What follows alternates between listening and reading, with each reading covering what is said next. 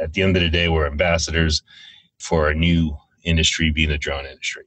And it's incumbent upon us, if we want to be treated well by the FAA, if we want to be treated well by the community, then we must interface with them. You're listening to the Drone Radio Show podcast, the show about drones and the people who use them for business, fun, and research. Hosted by Randy Goers. Hello, everyone. This is Randy Goers, and welcome to the Drone Radio Show podcast, episode 207. How can we become a better steward of the drone industry? For that question, we turn to Ken Christensen, co-founder of Foresight AI, as well as Vice President of Flight Operations. Foresight AI is a robotic company using small UAS to provide accurate HD 3D point clouds for autonomous robots. Ken has over 30 years of experience in the aviation field, both in the government and private sector. He has served in the Air Force, NASA, California National Guard, and the Department of Homeland Security, and has extensive aviation and aerospace experience. He is a subject matter expert for UAS Drone Detection counter-drone technology, space-based solutions, and aviation airborne sensor solutions. He served in the Air Force Special Operations and Combat Air Command and is a veteran of 3 wars, completing 100 combat and combat support missions. In addition, he remains an active commercial pilot as well as a commercial small UAS pilot. In this edition of the Drone Radio Show, Ken talks about how drone operators can become effective stewards and ambassadors of the drone industry. He shares his 10 ways to become a better steward and grow the industry. But before we hear from Ken, I want to thank those of you who are supporting my funding campaign. Now you have the option of making a one-time donation in any amount by going to droneradioshow.com/donate. Whether it's $1, $100, or much more, you can help defray the cost of production and keep the podcast going and growing. And if you'd like to make a monthly contribution, you can still go to patreon.com/droneradioshow. So let's learn how we can become better stewards of the drone industry with Ken Christensen of Foresight AI. Let's pick up the interview where I asked Ken to introduce himself. Okay, I'm Ken Christensen. I'm Vice President of Operations with Foresight AI. Foresight is a technology company located in Silicon Valley, and our company's mission is to empower autonomous mobile robots. These robots could include self-driving cars, off-road, autonomous vehicles, delivery robots, drones, and any future robots. How long have you been flying drones?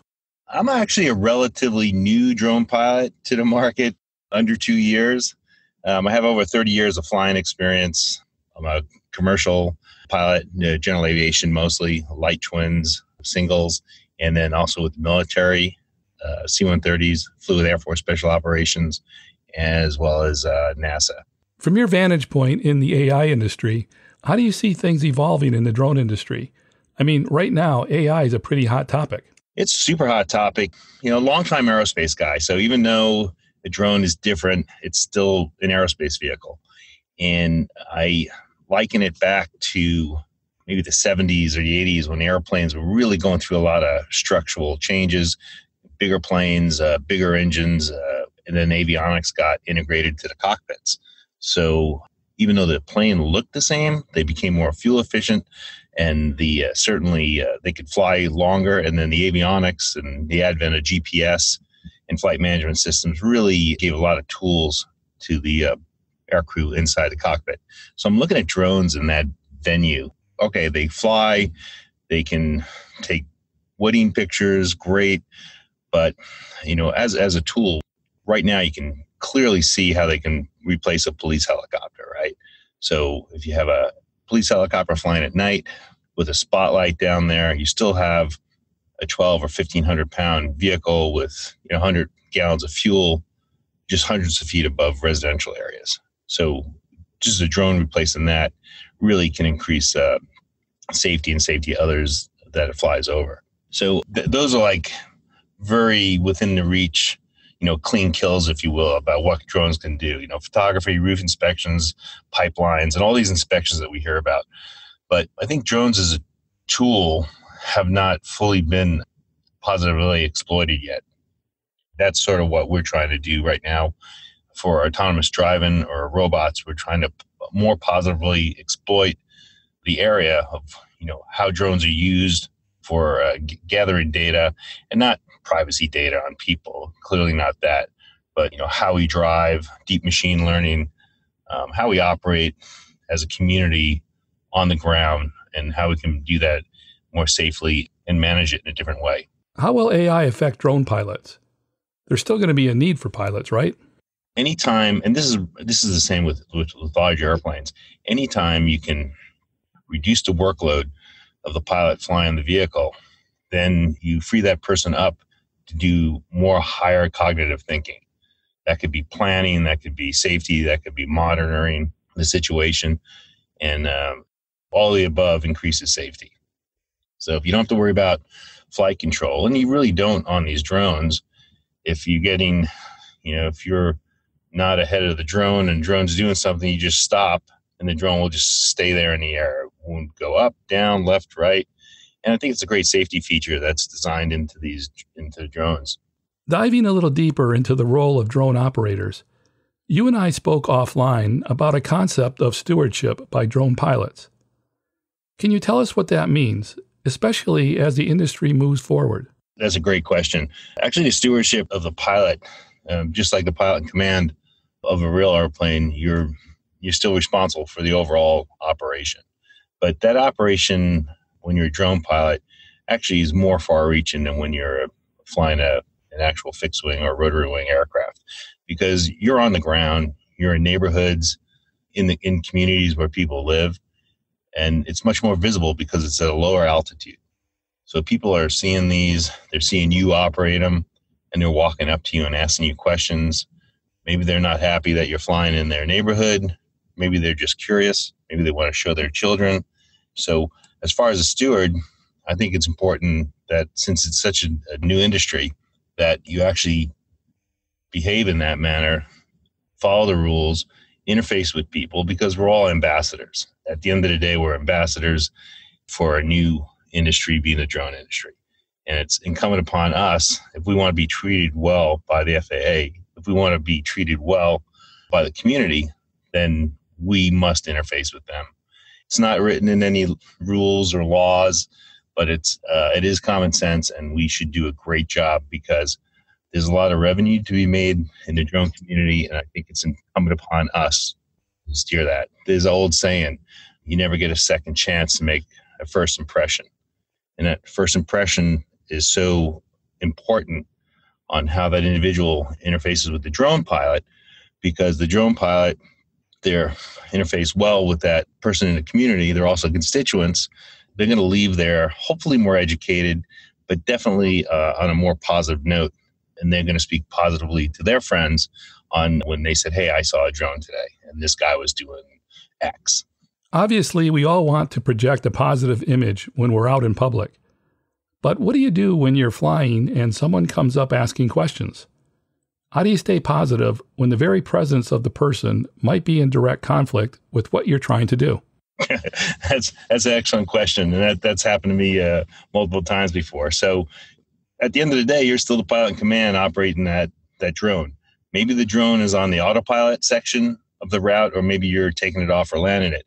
And so you have an excited person coming up, a curious person, or perhaps a mildly angry person coming up to you and talking to you. I acknowledge their presence by just greeting them. Hi, how you doing today? Or I'm Ken. And then also tell them that, hey, I'm in the middle of an operation here, so pardon me for not looking at you directly. But when I land this drone, I'll be happy to answer all your questions. Something like that really diffuses the person, or it puts them in a different category, or they're polite. They say, okay, thank you. I'll wait. Do you mind if I watch here? Or I invite them. I said, you're welcome to stand here and watch if you'd like. And most people are pretty good about that. In addition, I do wear a vest. Looked on the internet. It's a FAA certified commercial drone operator. And that, believe it or not, that one article wearing that really diffuses a lot of situations. What did you mean when you said that we're all ambassadors of the drone industry when we're out in the field?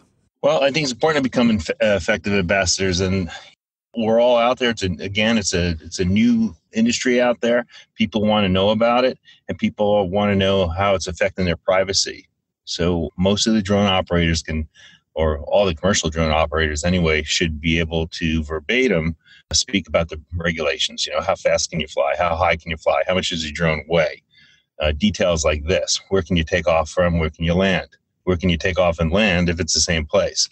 What are you looking at? What are you imaging? Are you taking pictures? Are you taking pictures of my house? Are you taking pictures of my car, my kids?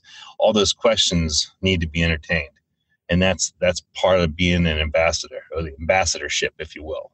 Have you done any direct outreach to a community yourself, either speaking at neighborhoods or council meetings or clubs or anything like that? I have, mostly local police departments.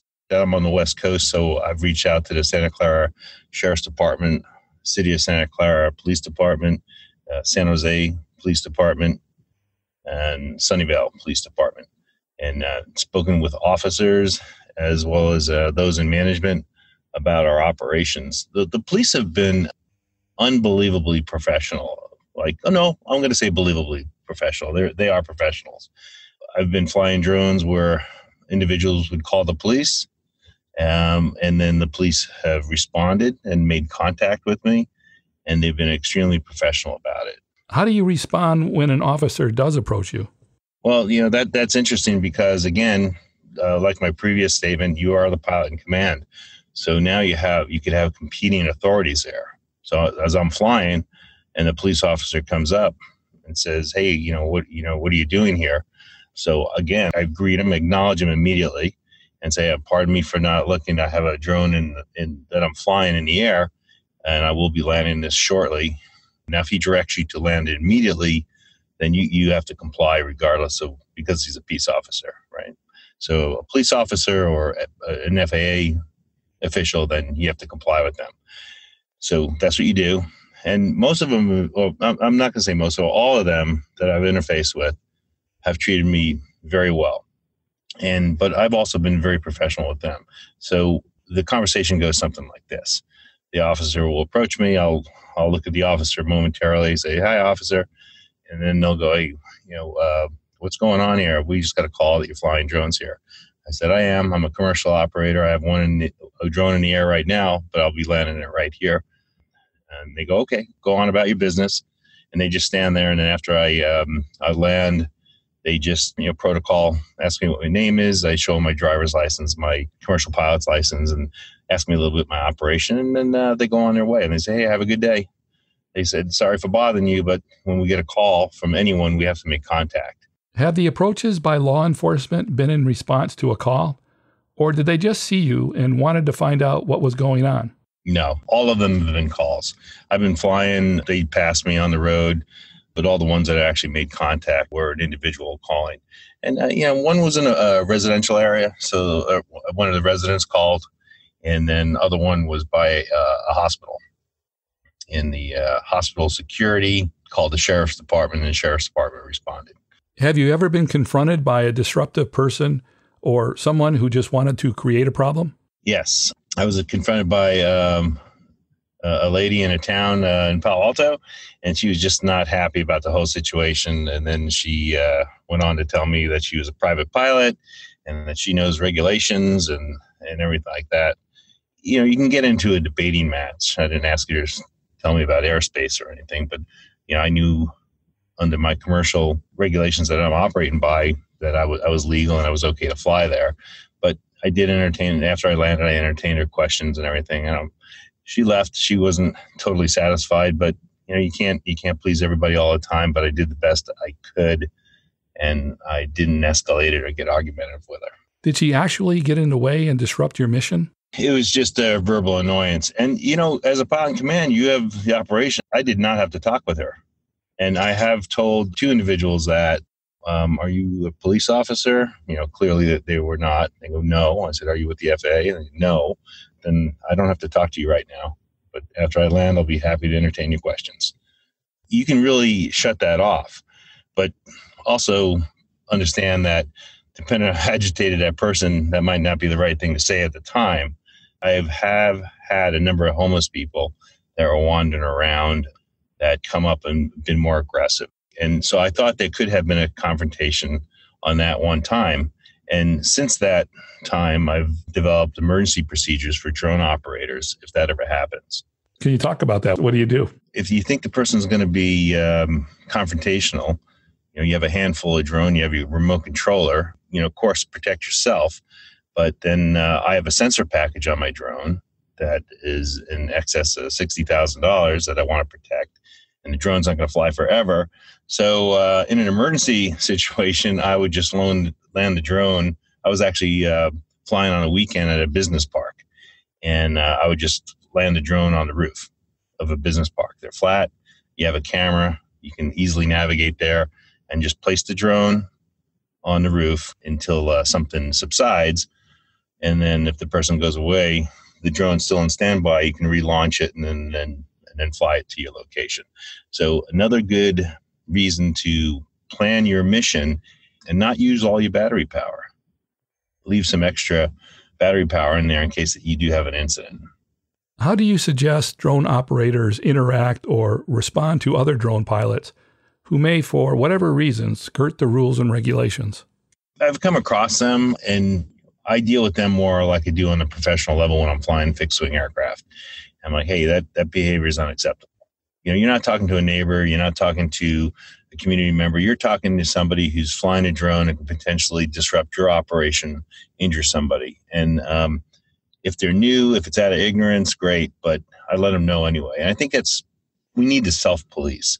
If somebody's stepping out of line, confront them and say, hey, this kind of behavior is not acceptable. Please act more professional. And that's called airmanship. Drones aren't toys anymore. And you need to be professional if you're going to be in that airspace. You're flying at altitude where you can collide with helicopters. Drone weights are going up. And if they come down, they can hurt someone. So, yeah, it's never bad to be professional. If more drone operators elevate their own airmanship, do you think it will have an impact on how the FAA structures regulations?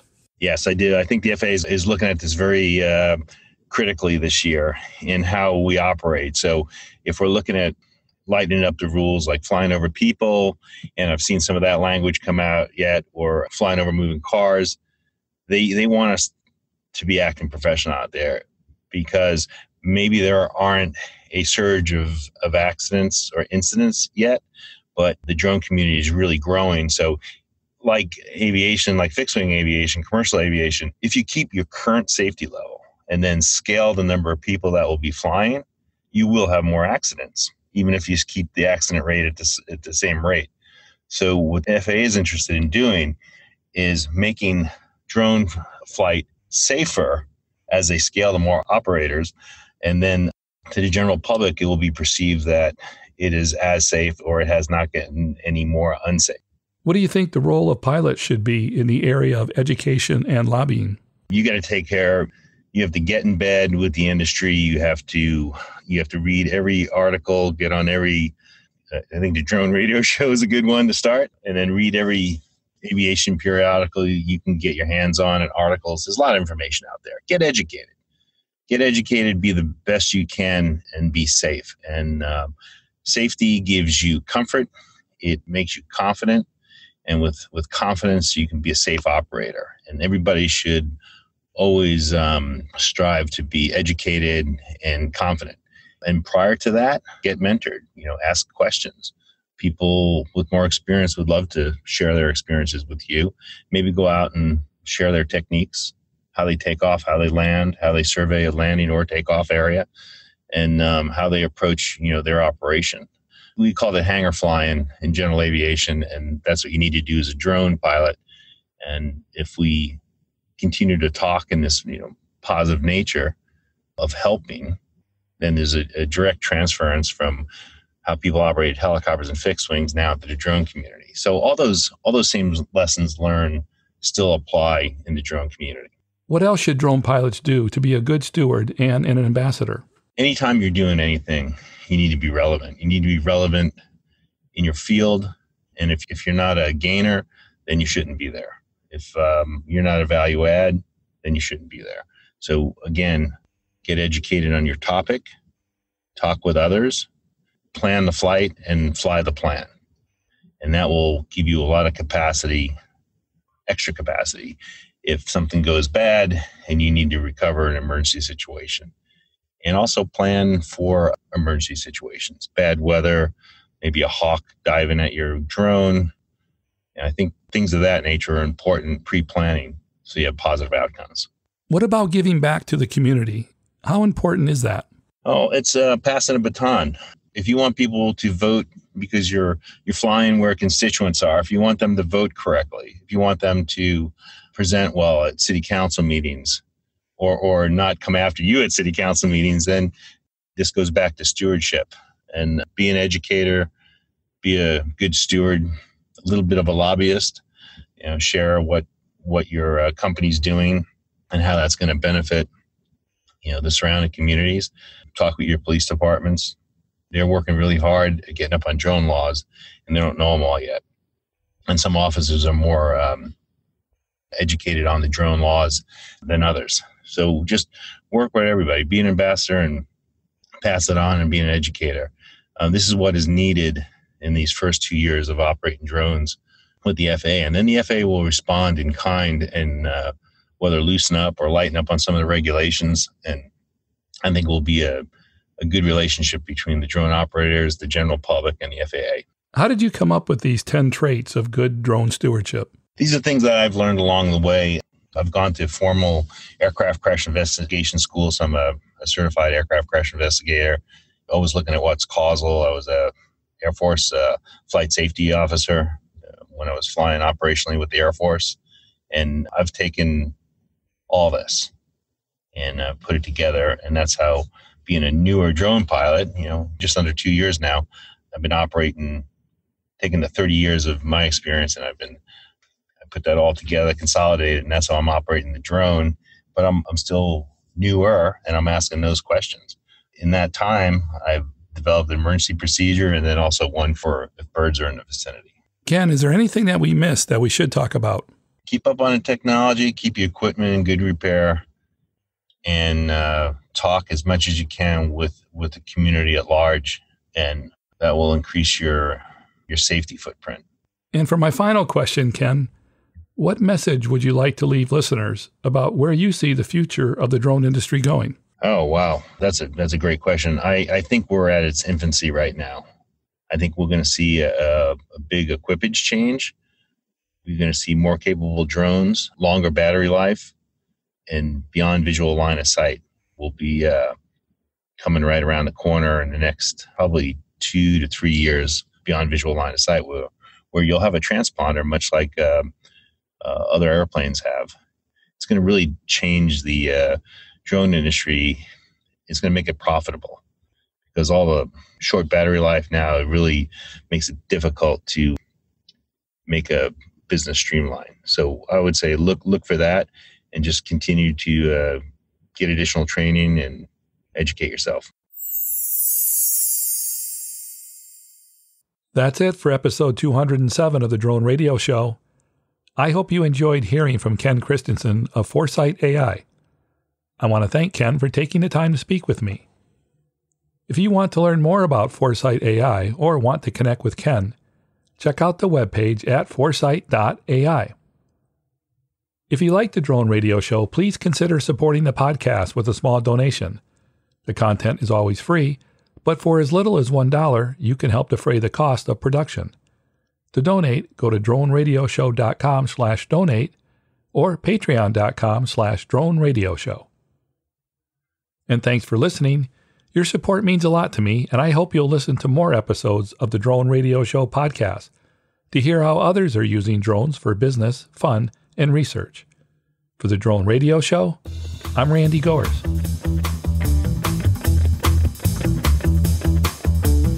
This has been the Drone Radio Show podcast.